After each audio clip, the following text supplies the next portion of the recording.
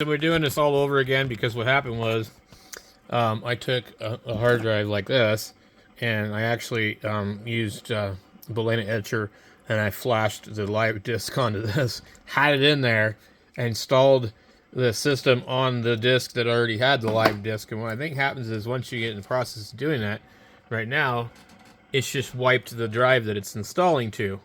And so what would have happened is it would have basically wiped everything and not been able to, install.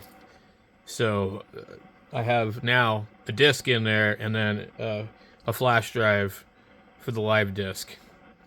So it's kind of like you can't really take a disk and install the live disk on it and then wipe itself out and then install the system on the same drive. I don't know if that makes any sense, but I'm hoping that that's what it was.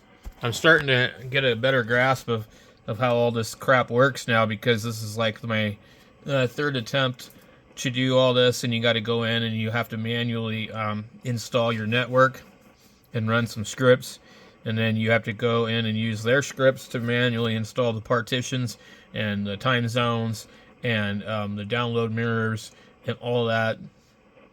And you need to do that because with Arch Linux, from what I understand, you cannot install it without an internet connection. And there's an easier way to do this and a harder way to do it, and this is the easier way. So basically, I did all this already, but then I had like a huge failure. I showed you in the other video. So I was like, I should just forget it and go do something else. Because really all I want to do is just install the new Ubuntu 24 or whatever and be done. But because I don't think I'm going to probably use this one either, but I'm just doing it simply because I'm very stubborn and I know this is one of the more difficult Linux distributions to actually install, so I want to be able to say I can do it. The bad thing about all this stuff is, 10 years from now, everything will be all different. What you learn now won't even matter anymore in 10 years. So let's see. So far, it looks like everything's working. Warning! Possibly missing firmware. Warning! Lovely. So there's been a couple of warnings I've seen.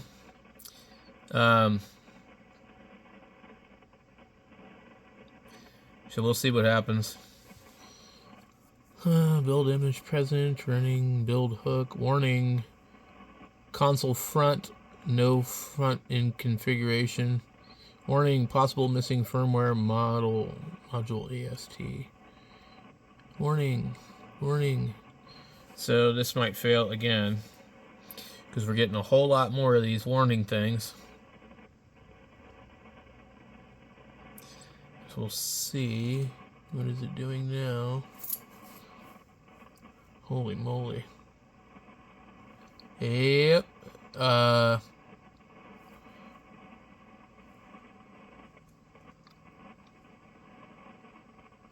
Okay, now in order to get out of here, we have to type in shut down now, and it'll do its thing. Failed something. I don't know what failed this time, but when we restart it, maybe we'll see. So I guess this is just where we end up stuck at, so doesn't work. So I run into an issue where I have to unplug the hard drive and then boot from the live disk and then plug the hard drive in really quick, and then I can get to this. This will be the third time trying this. Okay, so this is what's going on right now with this thing.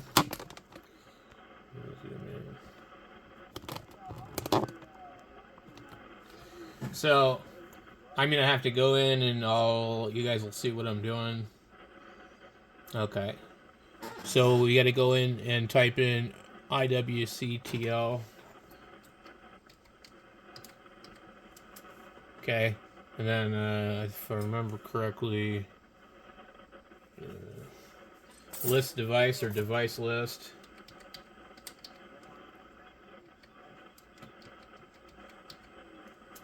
Okay, and then that's our LAN.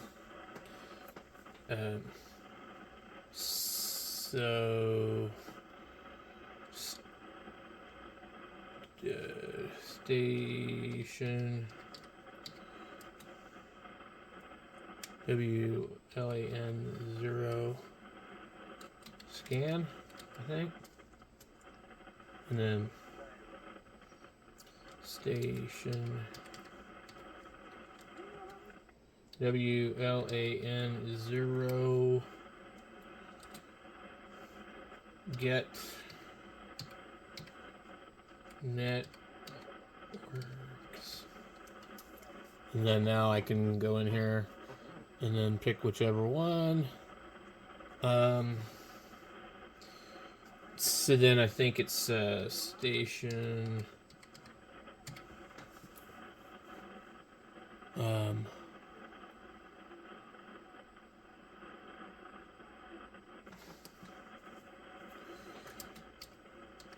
connect.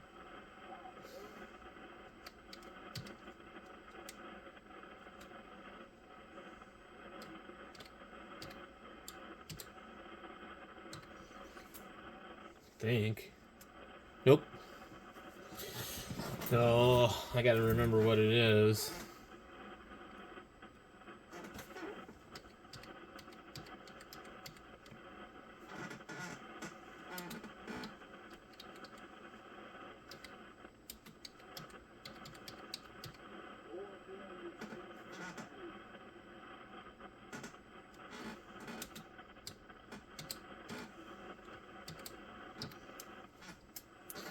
Okay, we got it.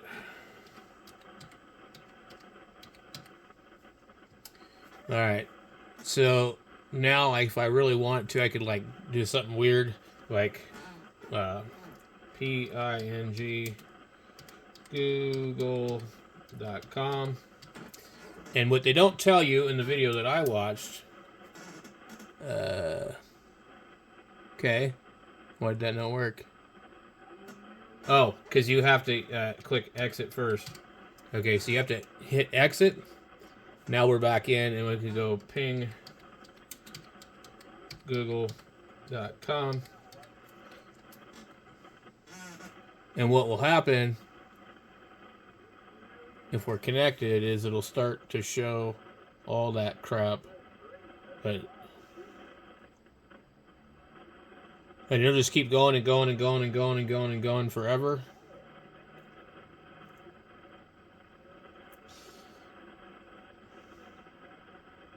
Last time it was like pretty fast. So it would just sit there and do this for quite some time. To get it to stop and get out of this, I think you had to like push like a Control C. Yeah. And then, so now we got to do, I think it's Arch install.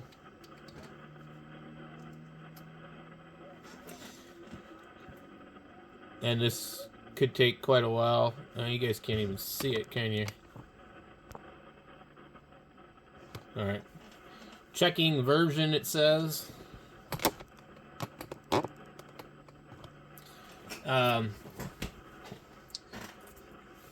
Now, I'm wondering if I'm having network problems, so I connected to the 2.4 gigahertz because it has better signal. And that could cause this installation to fail. So, like I said, this is the third time doing it. And this is how I did it. The other two times, I watched a video on how to do this. This time I'm just doing it from memory since now I've done it 3 times.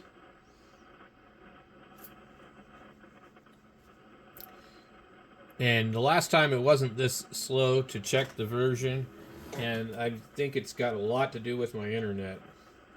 So I'll come back when this is done. Alright, so this is taking too long, so I'm going to do everything all over again. And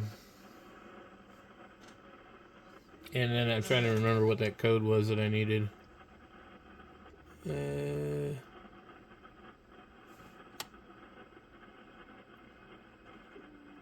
Linux mirrors are not reachable. Okay. Let's try this again.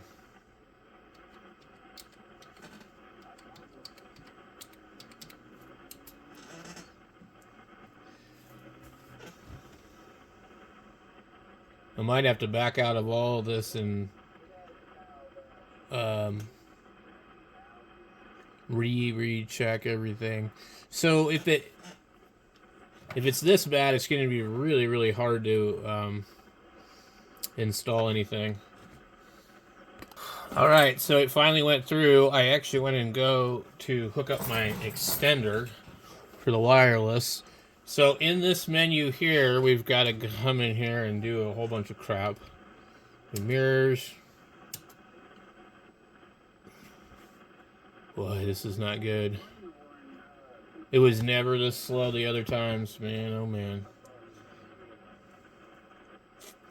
Yep, this is definitely not good. So it is absolutely struggling to connect.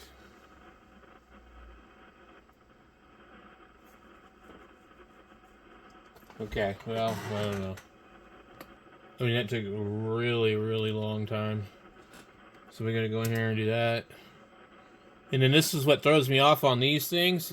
You have to scroll down here to where it says back. And then this disk configuration really screwed me up. Okay, partitioning. Use best effort partitioning layout. Okay. We can see the disk right here.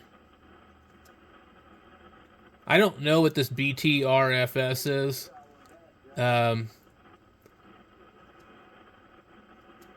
And I'm going to disable this compression. I don't know what the hell it is.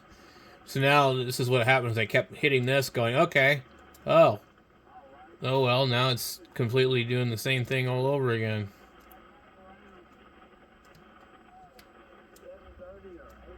So you have to scroll through.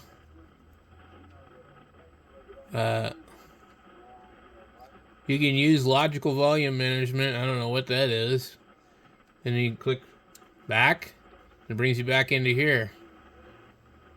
Okay. Let's go check our bootloader. It gives us these two options. Okay. I don't even know if I want to even bother changing the name anymore. Like I've done it so many times.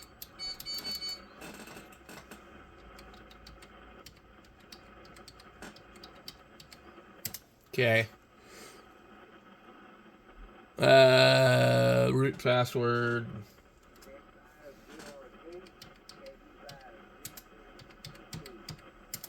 Okay. User account. I don't want a user account. Profile. Type.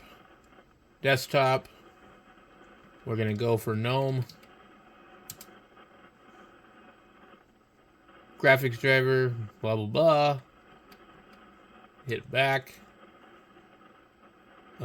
Audio server. Pipewire, I guess. I don't know.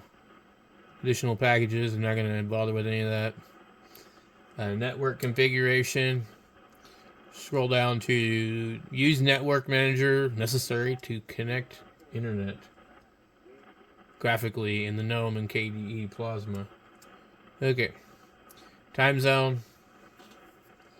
We'll just use UTC for now. Well, yeah. Let's go here and change it to Phoenix.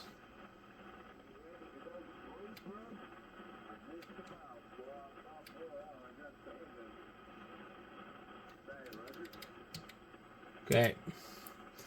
Optimal repositories. So now we're ready to click. Let's see what happens when we click. No, I don't want to click save configuration.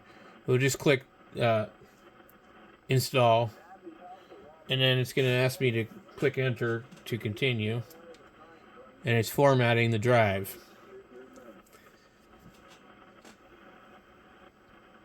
Now, we don't know if there was something wrong with that other hard drive, but this drive is a solid state hard drive, and I'm pretty sure there's nothing wrong with it. But we're going to be waiting a lot of time for the automatic mirror selection to complete because the internet connection right now is horrible. So I'm going to go ahead and pause the video, and I'll come back.